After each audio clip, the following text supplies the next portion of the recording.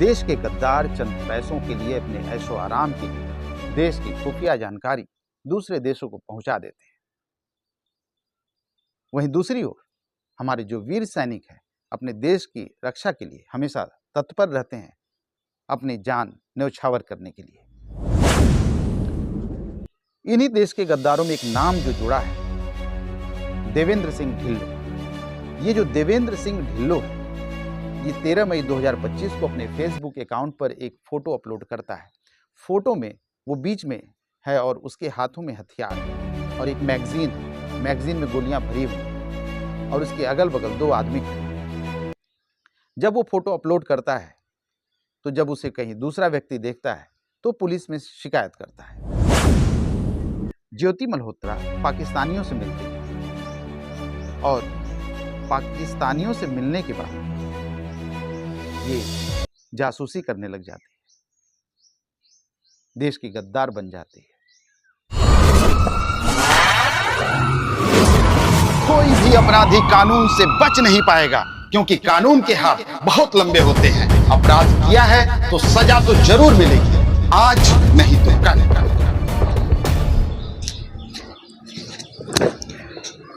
नमस्कार दोस्तों, मैं हूं के बनारस वाले और एक नई क्राइम स्टोरी के साथ फिर मैं हाजिर हुआ हूं आप सभी के सामने। बात करते हैं देश के गद्दारों।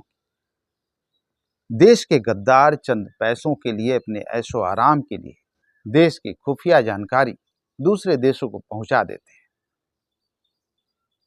वहीं दूसरी ओर हमारे जो वीर सैनिक हैं, अपने देश की रक्षा के लिए हमेशा तत्पर रहते हैं, अपनी जान न्यौछावर करने के लिए। इन्हीं देश के गद्दारों में एक नाम जो जुड़ा है, देवेंद्र सिंह ढिल्लों। ये जो देवेंद्र सिंह ढिल्लों है, ये 13 मई 2025 को अपने फेसबुक अकाउंट पर एक फोटो अपलोड करता है। फोटो में वो बीच में है और उसके हाथों में हथियार है और एक मैगजीन है। मैगजीन में गोलियां भरी हुई हैं और उसके अगल बगल 2 आदमी खड़े हैं। जब वो फोटो अपलोड करता है तो जब उसे कहीं दूसरा व्यक्ति देखता है तो पुलिस में शिकायत करता है और पुलिस जब वो शिकायत सुनती है तो फिर पहुंच जाती है देवेंद्र सिंह ढिल्लों के पास और पूछताछ का दौर शुरू हो जाता है। पुलिस देवेंद्र सिंह ढिल्लों से पूछती है कि ये जो ऐशो आराम की जिंदगी तुम जी रहे हो, ये जो पैसे खर्च कर रहे हो, ये जो तुम्हारी हाई फाई जो लाइफ है, ये पैसे आते कहां से, तुम कमाते कहां से हो। तब देवेंद्र सिंह ढिल्लों फंस जाता है और पूरी बात पुलिस को बताना शुरू कर देता है। कहा जाता है कि पुलिस अगर अपने पे उतर आए तो मुर्दों से भी बुलवा सकती है। और देवेंद्र सिंह ढिल्लों तो एक जीता जागता इंसान है। देवेंद्र सिंह ढिल्लों हरियाणा का रहने वाला है, हरियाणा में कैथल का रहने वाला है। और पुलिस को जो वो जानकारी देता है, आप सुनेंगे तो शायद आपके भी होश उड़ जाएंगे। वो जो पुलिस को जानकारी देता है, कहता है कि वह पाकिस्तान कई बार जा चुका है। और पाकिस्तान जाता कैसे है वो, जब सिख धर्म के जो मानने वाले हैं उनका जो जत्था जाता है धार्मिक स्थलों पर दर्शन करने के लिए, तो उसी जत्थे में ये भी शामिल हो जाता है। एक बार की बात है, ये पाकिस्तान गया था और पाकिस्तान जाने के बाद एक खूबसूरत लड़की से इसकी मुलाकात हो जाती है। वो लड़की अपने जाल में इसे इस तरह से फंसा देती है कि उसके साथ ये 7 दिनों तक रहता है और 7 दिनों में उस लड़की से बहुत घुल मिल जाता है। फिर वो जो लड़की है वो देवेंद्र सिंह ढिल्लों को लेकर जाती है ISI के एजेंट के पास, उनसे मिलवाती है और फिर देवेंद्र सिंह ढिल्लों को प्रशिक्षण दिया जाता है जासूसी करने का। और फिर ये अपना काम शुरू कर देता है। इसे ये लालच दिया जाता है कि यदि तुम भारत की बात पाकिस्तान को बताओगे तो तुम्हें कुछ पैसे भी मिलेंगे और खूबसूरत लड़कियां भी। हालांकि अब वो पुलिस की गिरफ्त में है और उससे सारे जो उसके छुपे राज हैं वो सब पुलिस एक एक करके निकलवा रही है। अब दूसरी जो मैं आपको बात बताने जा रहा हूं कि जो देश की जो गद्दार है, मैं इसकी बात बताने जा रहा हूं। और एक पुरुष नहीं है, ये महिला है और महिला भी यूट्यूबर है और नाम है इसका ज्योति मल्होत्रा। और ये यूट्यूबर है और यूट्यूबर होने के कारण ये देश विदेश की यात्रा करती है। ये इंडोनेशिया, चीन, पाकिस्तान, श्रीलंका, नेपाल, कई देशों में ये घूमती है और वीडियो बनाती है और फिर यूट्यूब पर अपलोड करती है। ज्योति मल्होत्रा पाकिस्तानियों से मिलती है और पाकिस्तानियों से मिलने के बाद ये जासूसी करने लग जाती है, देश की गद्दार बन जाती है। ये कहानी जब शुरू होती है तो हरियाणा के हिसार से शुरू होती है और 25 अप्रैल 2025 का वो दिन जिसे शायद ही कोई हिंदुस्तानी भुला पाएगा।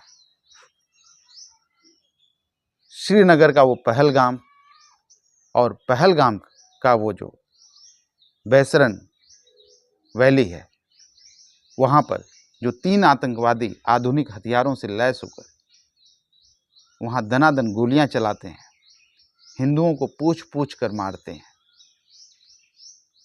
25 अप्रैल की वो घटना शायद ही कोई हिंदुस्तानी भुला पाएगा। उसके बाद 6 और 7 मई 2025 की भी वो जो घटना है, जब भारत ने रात में पाकिस्तान पर एयर स्ट्राइक किया था और फिर उसके बाद ब्रह्मोस मिसाइल से 9 एयर बेस को उड़ाया गया था और जिसके बाद पाकिस्तान अपने घुटनों पर आ गया था। 13 मई 2025 को भी एक ऑर्डर आता है,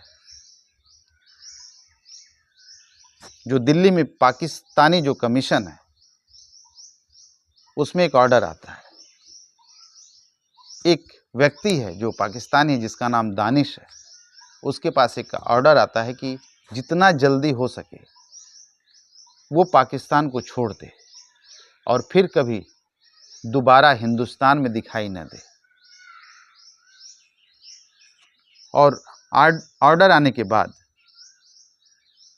दानिश के बारे में जो जांच पड़ताल की जाती है तो उसमें नए नए खुलासे होते हैं।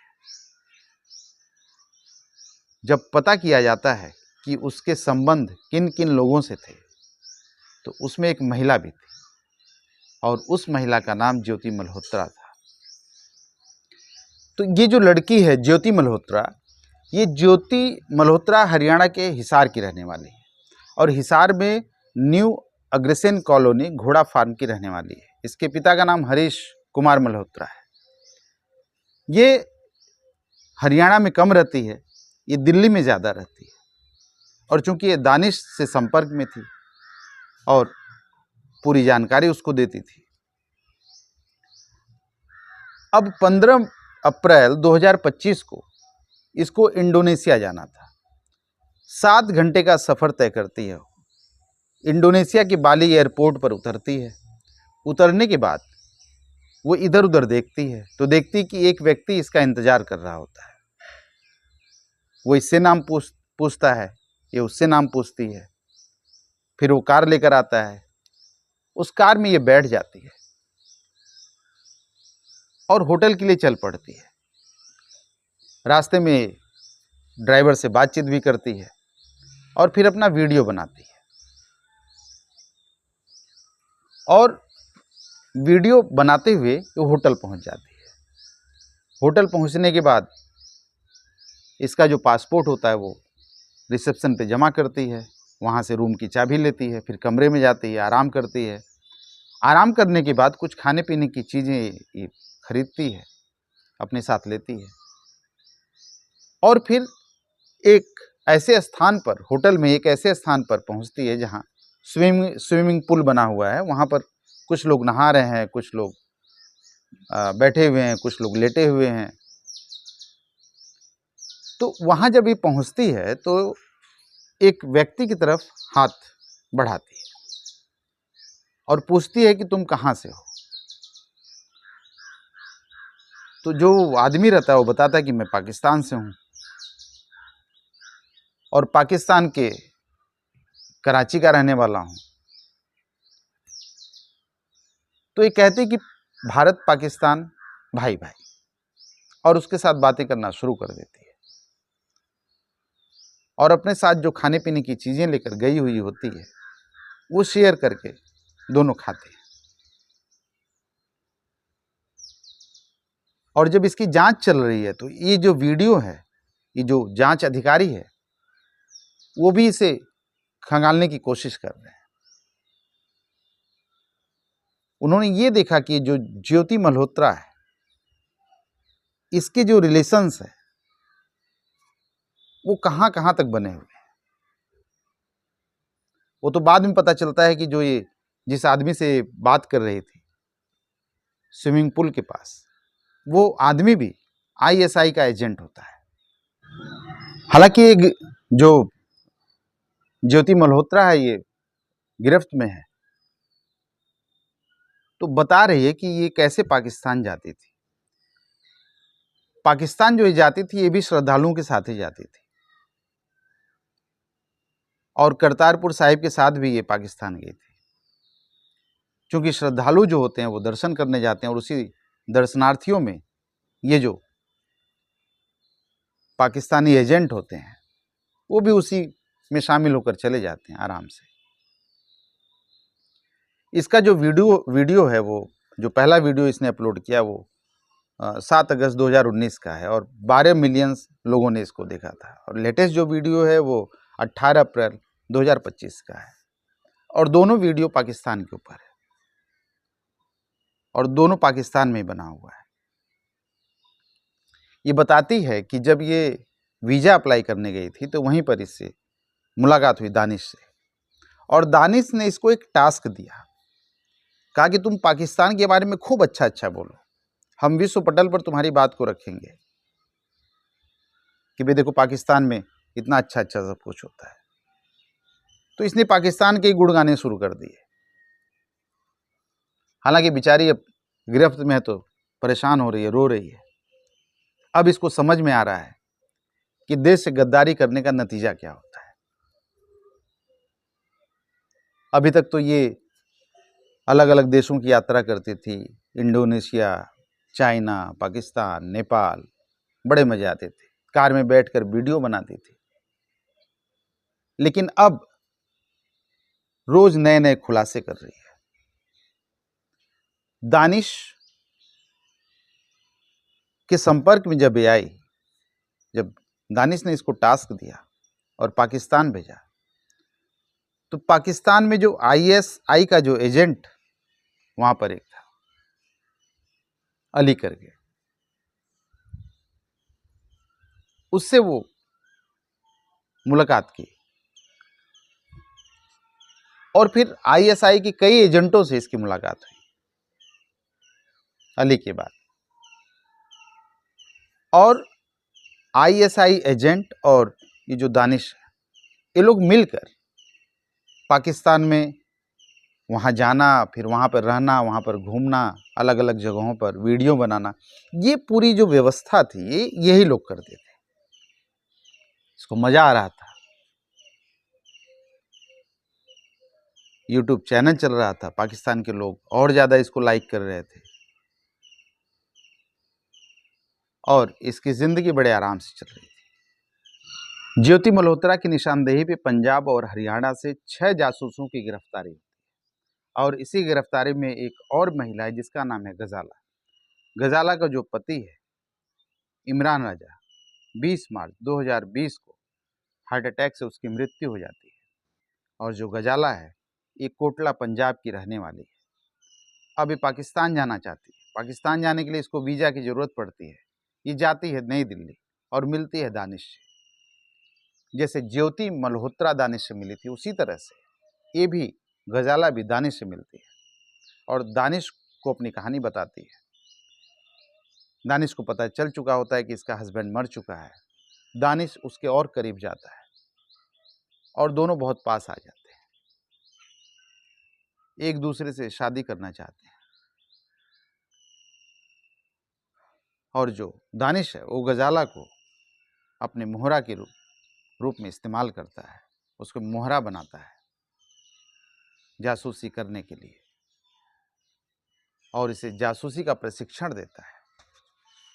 गजाला उसके झांसे में आ जाती है और जासूसी करना शुरू कर देती है और दानिश फायदा उठाता है। लेकिन अब गजाला पुलिस की गिरफ्त में है और ज्योति मल्होत्रा भी पुलिस की गिरफ्त में है और देवेंद्र सिंह ढिल्लो भी पुलिस की गिरफ्त में है। ये जो तीनों जासूस हैं, ये सब देश से गद्दारी कर रहे थे और अगर अपराध किया है तो सजा तो मिलना ही है।